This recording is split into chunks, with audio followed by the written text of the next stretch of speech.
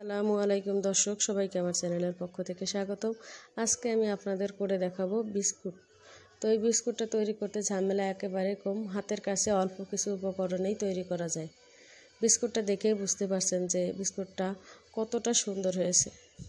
তো আজকে আমি চুলায় দুইভাবে বিস্কুটটাকে বেক করে দেখাবো, একটা সরাসরি প্যানে আর একটা বালুর সাহায্যে। তো চলুন দর্শক, এই বিস্কুটটা তৈরি করতে আমাদের আগে কি লাগছে সেগুলো দেখে নিই।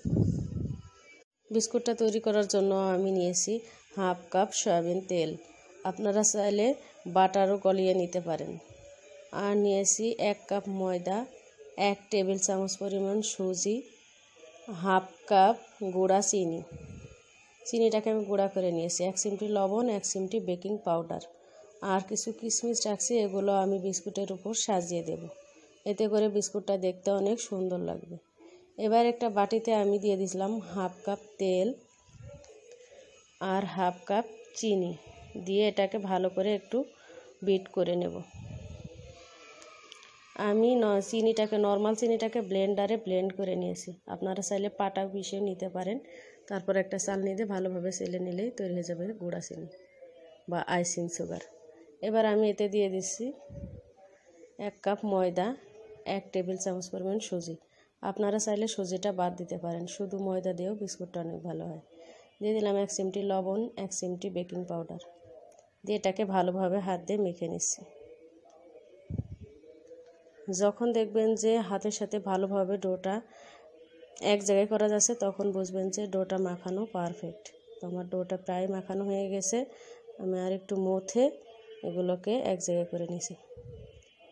তো আমার ডোটা মাখানো হয়ে গেছে, বিস্কুটের ডোটা। এবার আমি এক জায়গায় করে রাখছি, আর বিস্কুটটা কোন কোন পাত্রে করে দেখাবো সেটাই দেখাচ্ছি।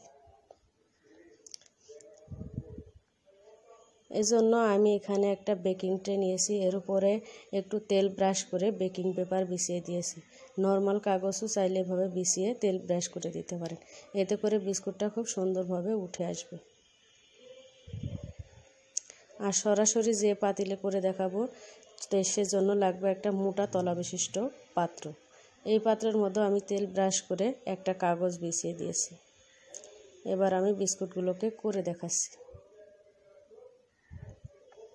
এজন্য হাতের তালুতে একটু ডো নিতে হবে। এবার অল্প একটু বিস্কুটের ডো হাতের তালুতে নিয়ে ঘুরিয়ে প্রেস করে দিলেই বিস্কুটটি তৈরি হয়ে যাবে।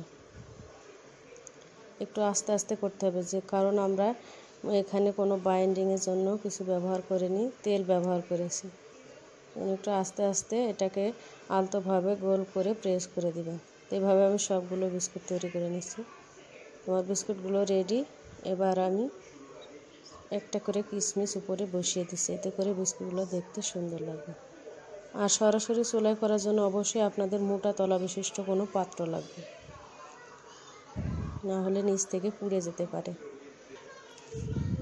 এবার আমি বেকিং ট্রেতেও একইভাবে বিস্কুটগুলো তৈরি করে নিচ্ছি।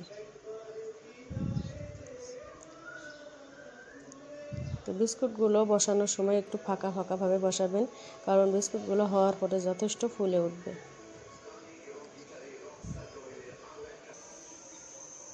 তো এবার বিস্কুটগুলো হয়ে গেছে। এবার আমি এগুলোকে চুলায় বসিয়ে দিয়েছি। আমি সরাসরি যে পাত্রটা চুলায় বসাবো বলে করেছিলাম সেই পাত্রটাকে চুলায় বসিয়ে দিয়েছি। আমার চুলার সর্বনিম্ন আঁচ হচ্ছে এটা।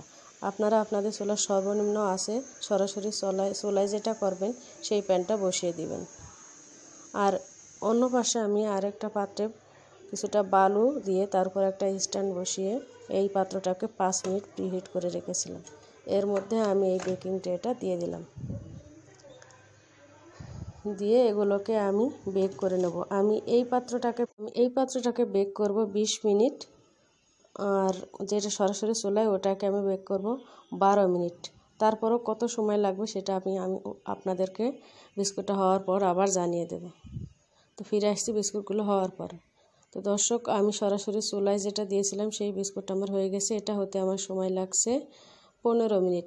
আপনারা 12 মিনিট পর থেকেই খেয়াল করবেন। যখন দেখবেন যে বিস্কুটের চারপাশটা একটু গোল্ডেন কালার চলে আসছে, তখনই বুঝবেন বিস্কুটটা হয়ে গেছে। প্রথম অবস্থায় বিস্কুটটা যথেষ্ট নরম থাকে, কিন্তু 5 মিনিট পর দেখবেন বিস্কুটগুলো যথেষ্ট শক্ত হয়ে গেছে। আর যেটাকে আমি বালুর উপর বসিয়েছিলাম এটা হতে সময় লাগছে আমার 25 মিনিট। আপনাদের 25 থেকে 30 মিনিটের মধ্যেই হয়ে যাবে।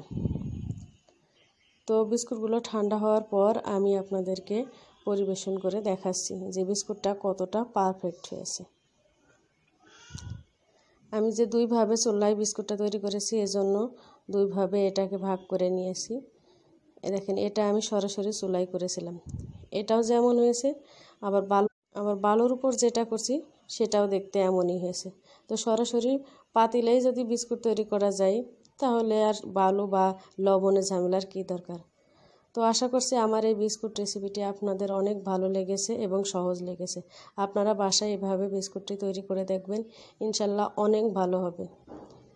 তো এমন সহজ সহজ মজাদার রেসিপি দেখার জন্য আমার চ্যানেলের সাথেই থাকবেন, আর আমাকে সামনে এগিয়ে যাওয়ার জন্য আমার চ্যানেলটিকে প্লিজ সাবস্ক্রাইব করবেন। তো আশা করছি আমার এই বিস্কুটটা আপনাদের অনেক ভালো লেগেছে, সহজ লেগেছে। সবাই অনেক ভালো থাকবেন। আল্লাহ হাফেজ।